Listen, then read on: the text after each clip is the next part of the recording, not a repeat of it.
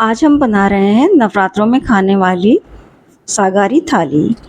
तो नवरात्रे शुरू हो गए हैं, सभी लोग व्रत करते हैं और नवरात्रों में स्पेशली जो खाया जाता है सागार, तो उसकी रेसिपी अलग ही होती है ना, उसे खाने का मज़ा भी अलग ही होता है। तो आज हम आपके साथ शेयर कर रहे हैं आलू की सब्ज़ी, साबूदाना वड़ा, सिंगाड़ा और राजगिरा के पराठे और साबूदाने की खीर। तो फ्रेंड्स, बहुत अच्छी थाली बनके तैयार होती है और सभी को बहुत पसंद आती है। तो हम इसका भोग भी लगाएंगे, तो तुलसी भी हम डालेंगे इसमें। तो चलिए बनाना शुरू करते हैं इस टेस्टी थाली को। तो सबसे पहले हम एक डोंगा लेंगे और उसमें डाल देंगे 1.25 कप के करीब साबूदाना। तो इस साबूदाने को भिगोना सबसे ज़्यादा ज़रूरी काम है, सबसे ज़्यादा समय भी इसी में लगता है। तो आपको कम से कम 2 से ढाई घंटा इसको भिगो के रखना है ताकि साबूदाना का हर दाना अच्छे से फूल जाए। तो सबसे पहले हम इसे वॉश कर लेंगे, क्योंकि क्या होता है कि जो साबूदाना होता है ना, उस पर एक सफ़ेद सफ़ेद सी परत होती है, वो पाउडर काफ़ी सारा निकलता है। तो जब तक वो निकलता है ना, तब तक आप उसे वॉश कर लीजिए। जब तक पानी साफ़ ना आए तब तक आप उसे वॉश कर लीजिए। अब देखिए, मैंने 2 बार वॉश कर लिया है, पानी लगभग साफ सा हो गया है। तो अब मैं इसको भिगोने के लिए इसमें डाल रही हूँ 3/4 कटोरी पानी। मैंने 1.25 कटोरी यहाँ पे साबूदाने लिए थे और यहाँ पे ले रहे हैं 3/4 कप पानी। तो बस चलिए, अब हम इसे रख देते हैं साइड में।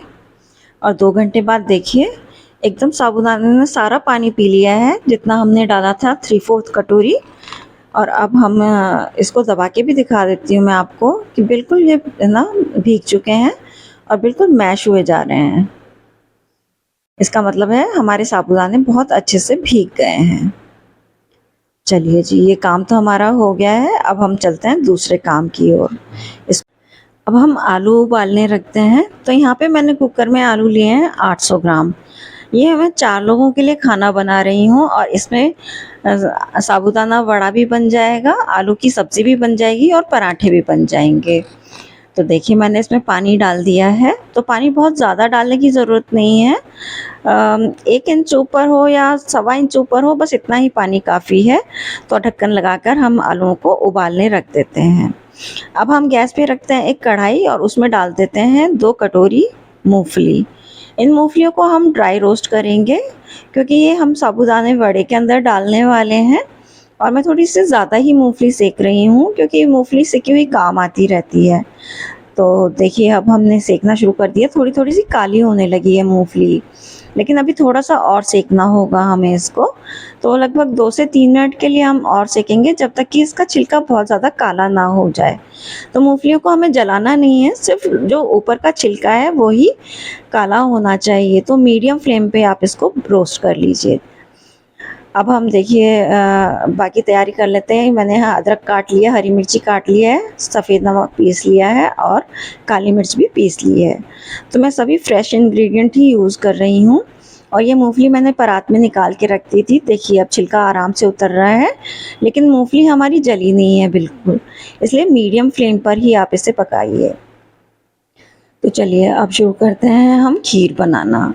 तो यहाँ पे मैंने एक मोटे तले की भगोनी ली है और उसमें 700 ml दूध ले लिया है।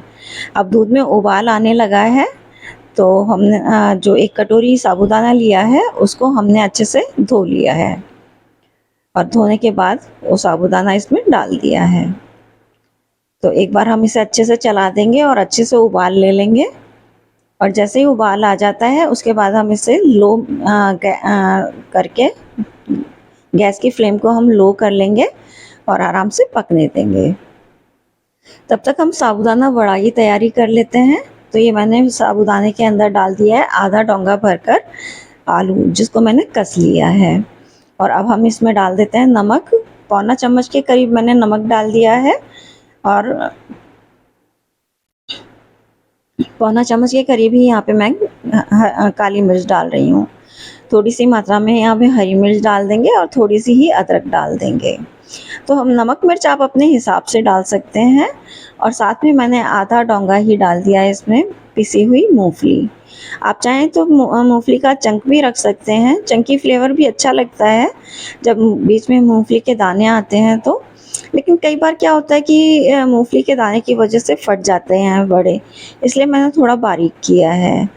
तो मुझे ऐसा लग रहा है कि ये थोड़ा-सा ना गीला हो गया है मिक्सचर, तो सासू माँ ने कहा कि चलो 2 चम्मच इसमें राजगिरे का आटा मिला लो। तो मैंने 2 चम्मच डाल दिया इसमें राजगिरी का आटा और मिक्स कर दिया है। तो देखिए बिल्कुल बाइंड हो गया है अब आटा हमारा। अब हमने अपने हाथों पे घी लगा लिया है थोड़ा-सा और नींबू के साइज़ की हमने लोई तोड़ ली है इसमें से और उसकी अच्छे से बॉल बना ली है और फिर हथेली के बीच में दबा दिया है और ये ले लिया इसने वड़े का शेप। तो कितना आसान है ना वड़ा बनाना। तो इसी तरह से मैं आपको एक और बना के दिखाती हूँ। देखिए नींबू के साइज़ की बॉल हमने ले ली है, हाथों में उसको रोल किया और फिर हथेलियों के बीच में इसको दबा दिया और मस्त हमारा वड़ा बन के तैयार हो गया। इसी तरीके से हम अपने सारे वड़े तैयार कर लेंगे। इधर देखिए खीर भी हमारी काफ़ी गाढ़ी हो चुकी है, तो चेक कर लेते हैं कि बन गई है क्या। तो हम एक दाना निकालते हैं साबूदाने का और अपनी उंगलियों के बीच में दबा के देखते हैं। तो देख पा रहे होंगे कि अभी थोड़ा-सा दाना इसमें रह रहा है, तो लगभग 10 मिनट का समय लगेगा और ये फिर पक जाएगी। तो चलिए इसको पकने देते हैं 10 मिनट के लिए। तो हम इसे दूसरी गैस पे ट्रांसफ़र कर देते हैं। जी हाँ, ये धीमी-धीमी गैस पे बनती रहेगी और साथ में ही इसमें मैं दूध ऐड कर देती हूँ थोड़ा-सा क्योंकि ये बहुत ज़्यादा गाढ़ी हो चुकी है।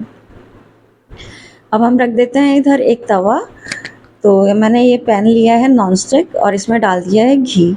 तो हम व्रत में जो भी खाना बनाते हैं वो सब घी में ही बनाते हैं। आप चाहें तो मूँगफली का तेल भी यूज़ कर सकते हैं, तिल का तेल भी यूज़ कर सकते हैं। तो अब हमारा घी मेल्ट हो गया है और अब गरम भी हो गया है, तो हम उसमें वड़े डाल देते हैं।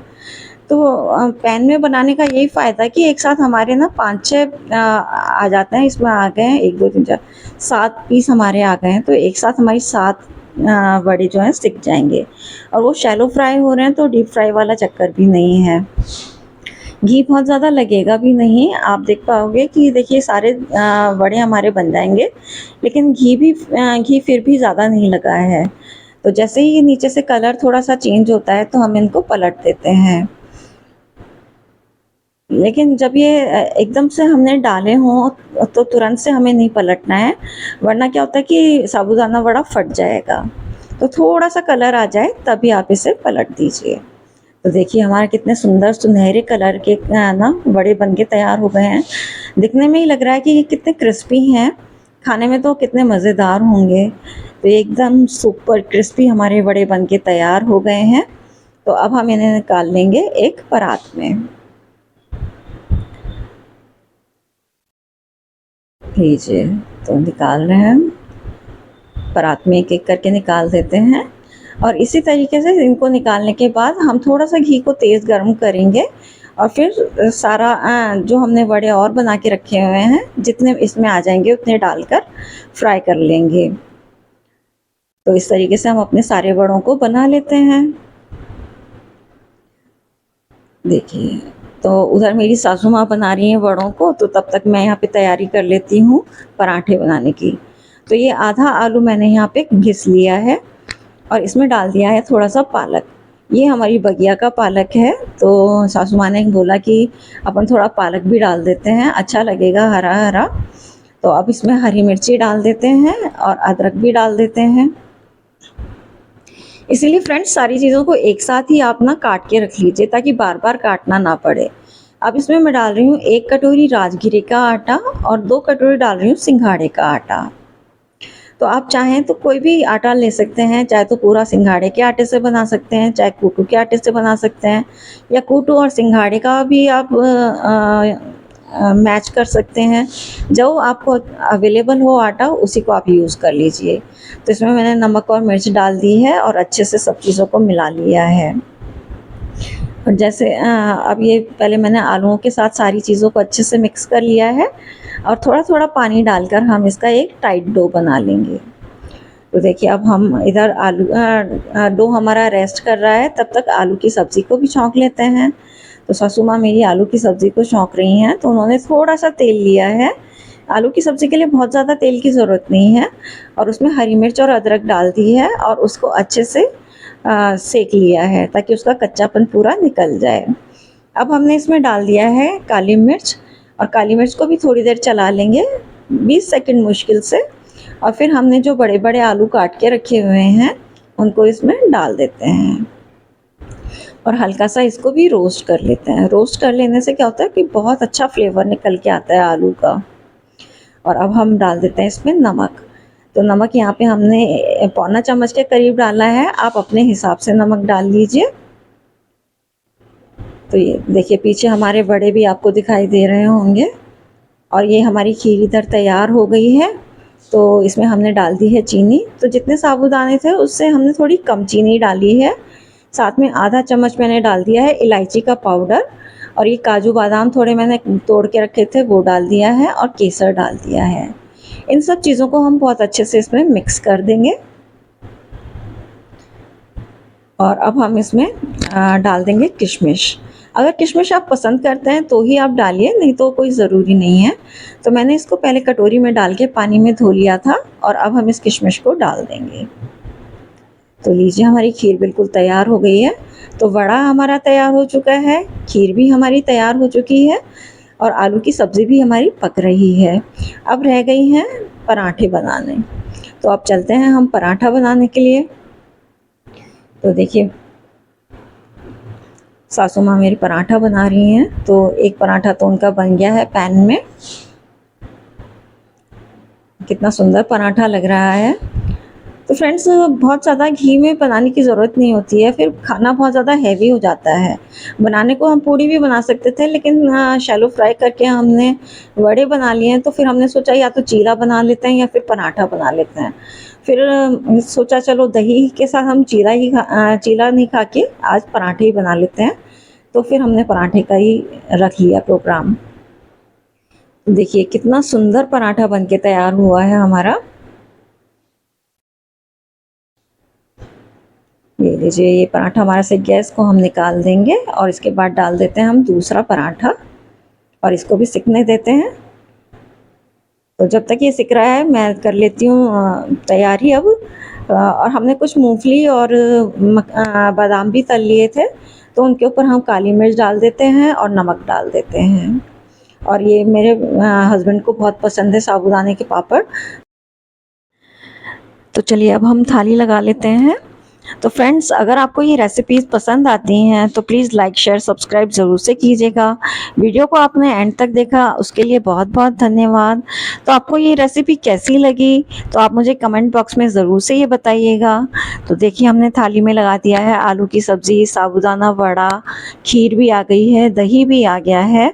साथ में हम रख देते हैं पराठे और थोड़े से क्रंच के लिए रख रहे हैं हम यहाँ पे बादाम तले हुए और मूंगफली रख रहे हैं और साथ में रख रहे हैं एक पापड़ साबूदाने का।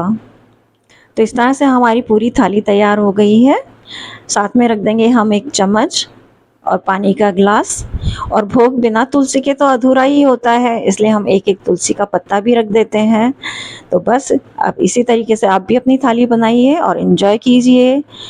नमस्कार।